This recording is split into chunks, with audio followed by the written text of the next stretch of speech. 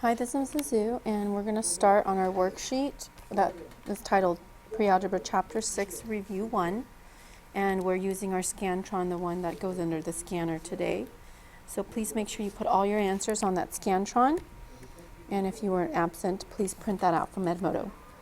Starting with number 1, I have this little chart here that shows me the total prices of items. If it's anything less than $50, then I would have to pay I would get a 5% discount. Anything between $50 and $100, I would get a 10% discount, and over $100 is 15% discount. Now it says that Alexis here, she's buying 5 t-shirts, and each of the t-shirts cost $12.20. So I want to first find her total, because the chart is representing the total, and I'm going to get a discount. So I'm going to take $12.20, multiply that with 5 to get the amount of money that she's going to be spending for these 5 t-shirts, which is $61. And then that tells me that she's going to get a 10% discount. So I can do two of several things. I can use a proportion and write the discount percent over 100, the discount percent, and make that equal to the discount price out of the original price. So here my discount percent is 10 over the 100. And my discount price, I am looking for that, so that's going to be my X. And my original price is going to be here, the $61 that I'm going to be paying, but I'm going to get a discount.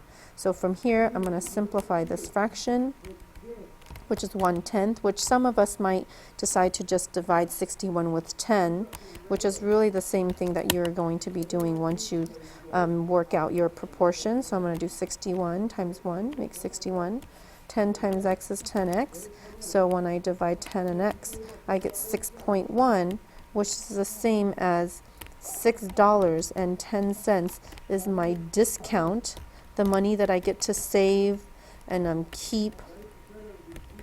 Okay, so then that means, since the question is asking what is this total after the discount, now if there's a discount, I know I'm going to take the $61 and then subtract that with $6.10, giving me 0, 9, 60, $54.90, which is answer C. Now, proportions isn't the only way, so to get the 610, I could have taken $61 and times it with the percentage, but I just need to make sure that that 10% becomes a decimal. So then I can multiply, so I'm going to be multiplying that by, sorry about that, 10% as a decimal, which is 0.10, and if I work this out, I'm going to get 0, 0, giving me 6.10. If I put a dollar sign, that's still the same as the $6.10. And again, this represents the discount price, the money I get to save, which again I'm going to be subtracting later with a total from the total amount to get my new total, which is called my sale price. Took quite a while. On number 2, now number 2, there is a mistake there, and why don't you go ahead and add choice E, and that's actually going to be our answer today for that problem, because here we have a table that is $85, that's the original, and it's going to be on sale at just 4% off, okay? So if I were to use a proportion, I'm going to first find how much I save, my savings, or my discount price. I'm going to first find that. Okay, that's the first thing I want to do. And then secondly, take the original and subtract that with whatever I get from the first one, giving me my sale price. Okay, so several ways to do this. I'm going to first do it in a proportion. I'm going to put 4% out of 100 is equal to the discount price over the original price, which is going to be my X for the discount. I'm looking for that. That's what I'm looking for. And then $85 is the original.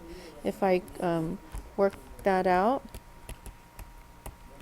I get 340 is equal to 100x, and then x would give me 3.40, which is how much I get to save, so that's good. Not too much, but still something. Okay, and if I choose not to do that instead, if I want to do 85 and then times with 4%, changing that to a decimal, then I would be multiplying 85 times 0.04, also giving me the same answer as 3.40, which is still the same as if I used a proportion. So then to get my new price, I'm going to take the $85 and subtract it with 340. 0.6, carry that. Okay, $81.60 would be my new total, and that is not in your answer, so why don't we just add that as E, and you can go ahead and bubble in E. That's going to be the right answer for number 2. So sorry about that, with all of these programs, sometimes they make mistakes, I'm going to skip down to number 5. Here we have a question, again, asking us the sale price, just like number 2. This time it's a chair that costs $30, and it's on sale at 10% off. Now, some of us intuitively understand 10%, so we could, I know some of you want to divide 30 with 10, giving us $3. So we could do that, and $3 would be known as your discount price. To find that $3 discount price would also be the same way as me making a proportion where I put 10 over 100 equals to x over 30. This, remember, x is the discount price that we're looking for. So if I did that and I simplified that fraction to 1 over 10 and I got x over 30, then if I cross multiply, 10x is equal to 30, giving me that $3 that I got just by dividing by 10. Another way to do that is to take the $30 and to multiply it with the 10%, and that 10% is going to become a decimal, giving me 0.10, which is again the same as $3. So I know, showing you 3 different ways really quickly of how to do that. This is using an equation. This is using a proportion. This is for those of us who, really they're all the same methods, all the same thinking, just a different method to get there. But as long as you get that $3 discount, so then what you're going to do to find the sale price is to subtract the $30 minus the $3, giving you your new price, which is $27, and that's how much you're going to be paying for that chair. And the answer is D. Okay. I'm going to skip on down to number 6. On number 6, this one's kind of tricky because what you're going to see here is that Henry has this bag that costs $7.50. Now there's 2 discount percentages here. First, it gets marked off by 10% off the original, and the original is the $7.50. Okay. Then it gets marked down again by 12%, but it gets marked off of the discount price. The discounted, the new price. Actually, the new price. The new discounted price. Okay, so we're going to have to do several things here. First, in number 6, I'm going to use a proportion, and I'm only going to do it that way. So I'm going to do 10% out of 100 is the same as x over 750, because I'm going to look for how much I get to save for the first discount, which is the 10%. So I'm going to cross multiply. I'm going to get my numbers a little smaller. 1/10 is x 70. Okay, telling me that 75. I'm going to multiply that. So x is going to be $75. So I get to save $75 for the first one. So I'm going to subtract $75 from 750. Giving me $675. So that's my new price after that first discount. Then I have a second discount. Then the second discount, I'm going to calculate how much I save from there. So this is the first savings. Okay, using proportions again. This time I get a 12% discount out of 100, equaling x over, now the new discounted price is $675. So that's the key right here. This is important. I'm going to cross multiply. X will then give me, I'm not going to work that out right now, but it should give me $81, which is my second savings, which is pretty good. So then I'm going to take the $675, subtract it with the $81, giving me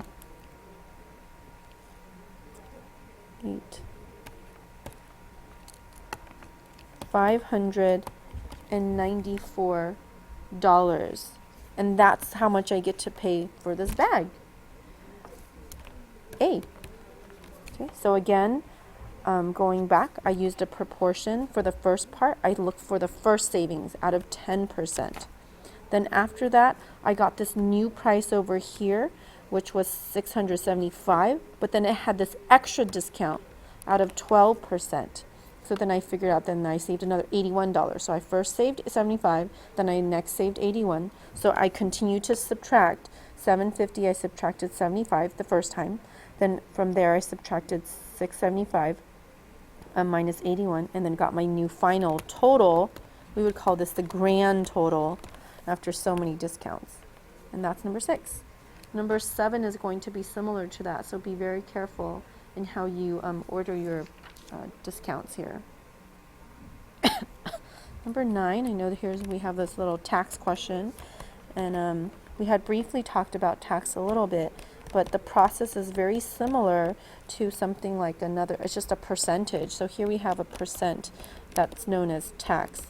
So one way we can do that is take $420, multiply it with this percentage, and we change it to a decimal, okay?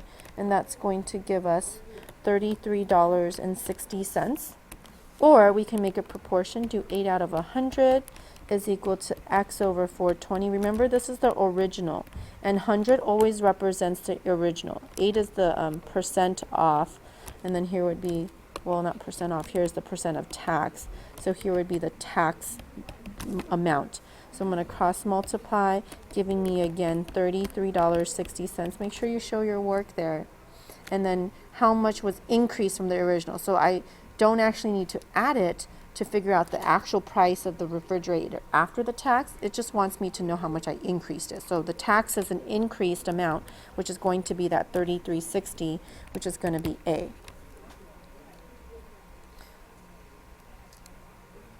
Number 10, here we have a problem that we actually want to set up into an equation, what I had taught you before. And what we're seeing is that we have this item that she wants to buy for $48.68, which I guess we could round to 49. And if you look at the answers, they all have 49 in them. And then each one of the answers multiplies by this decimal. Now the decimal we're looking for is the one that's the same decimal that represents the 3/4 off for the sale. Now you're just changing this fraction into a decimal, and if you've been following in class, that decimal is the same as representing 3/4, and 3/4 is 0.75. You can divide that 3 with 4, giving you 0.75, which is the decimal 0.75 times $49 to help you estimate the discount of that toy. So that's why the answer is D. Okay, none of the other choices represents 3/4 correctly as a decimal. And try your very best on the next few questions, and maybe 19 might be a little bit difficult, but hopefully we'll get a chance to talk about that in class. And ask me any questions in class tomorrow.